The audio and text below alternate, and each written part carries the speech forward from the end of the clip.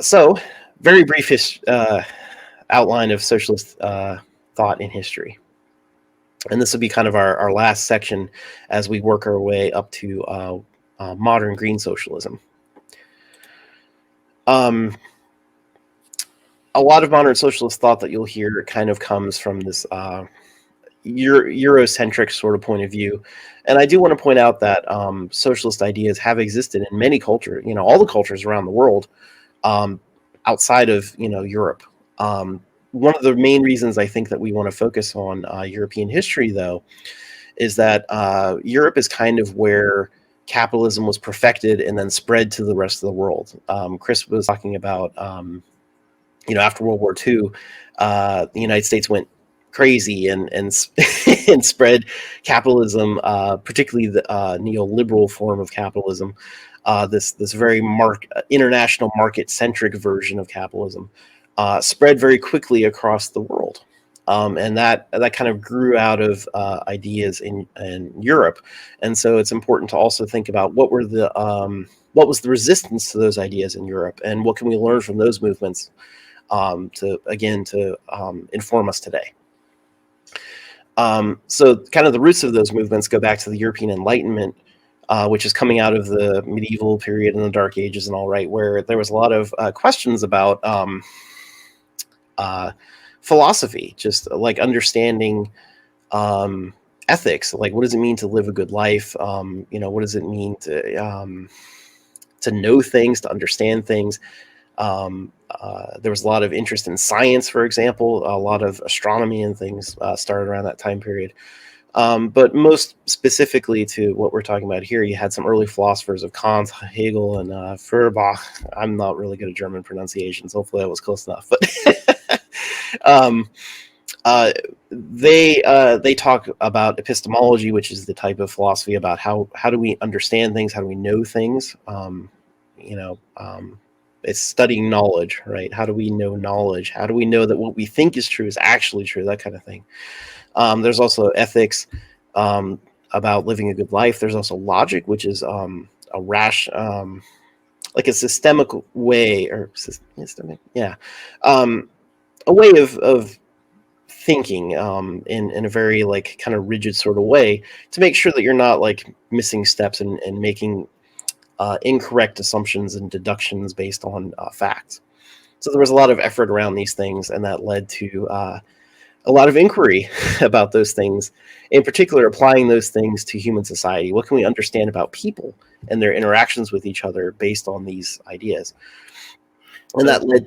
During that time, too, from Kant to Hegel to Feuerbach to Marx, you get the transition from ideas to material as well. Yeah. Right. So they spent a lot of time talking about how do we think, how do we learn, how do we know, and then you saw the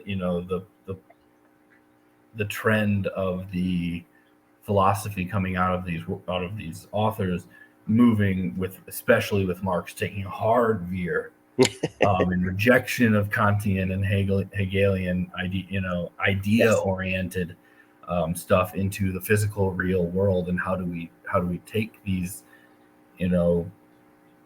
it's not even right to call them ideas. How do we take this almost scientific method that was being figured out by Kant and Hegel, Feuerbach, etc., and apply it to human society? Yeah, exactly. The first kind of modern socialists, whatever you want to call them, were these so-called utopian socialists.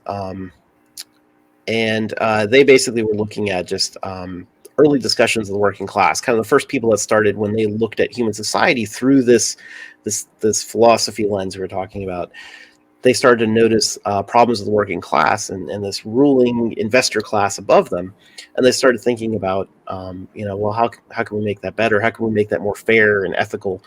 And Owen, for example, in here, owned a factory himself and tried to bring in workers to make more decisions and all in the factory, things like that.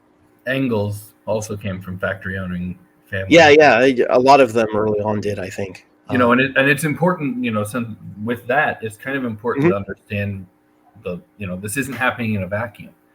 right? Mhm. This time period from the 16 to 1700s is when we see feudalism really starting to be challenged by mercantilism, by the Mhm. and the actual emergence of a working class, right? Because under feudalism you've got peasants, but it's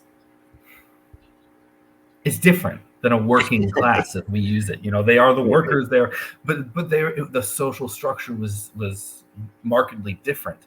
Um, what the modern understanding of a working class Yeah. starts to come up here as mercantilism comes in proto-capitalisms, and then Mhm. capitalism, all on its own. So these thinkers and their movement, ideologically, is happening in response to what's happening, in the world around them. Mhm. Yeah, exactly.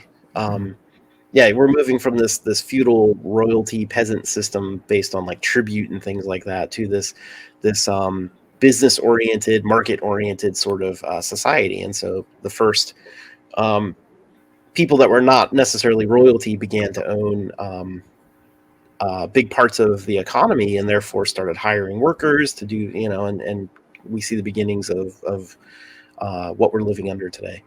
And the beginning of the shift from like business serving state Mhm. to state serving business. Yeah. Yeah, there's a big shift, and so as Chris mentioned, we kind of have these early socialist ideas about the working class and all, and what really made it kind of into a formalized thing, I think, was one of the big names, at least, is Karl Marx, and what eventually became known as Marxism, where he created his an economic analysis of what capitalism was evolving into at that point. Um, and critiqued it, and basically arrived at the conclusion that capitalism was not sustainable, that it was going to continually push the working class into worse and worse conditions until something had to give, right? Something had to change. And so you can read some of his ideas, of course, in the Communist Manifestos. It's really the manifesto of the Communist Party that existed at the time. He also wrote Capital, which is actually a multi-volume thing. I think he only published the first one, though. I think he died before he finished it. But Capital was kind of the big magnum opus that critiqued capitalism, obviously. And so And what the his economic manuscripts before, as the lead up. So even Marx yeah, had, yeah, yeah. and you say at the end, that he's somewhat contradictory. Mhm. He's formulating, a radical new way of thinking about things, and wrote for a long time. My professor in college, always, he told almost every class I ever was in with him, he told them, if Marx intimidates you because he was internationally renowned for publishing by 27, Kant didn't publish a thing till his 70s. Right? So, but Marx spent literally his entire life evolving this thing, and he Yes. had this kind of rare thing that most philosophers don't necessarily get, where people started taking his ideas and putting them into practice, and he got to Mhm. see it, sink or swim. Some stuff works, some stuff doesn't. And when that starts to happen, when your theory goes into reality, you're going to start changing. You're going to start evolving. And so this idea of, like we've said, that socialism, Marxism isn't a point in time, an end state or something like that, but a process.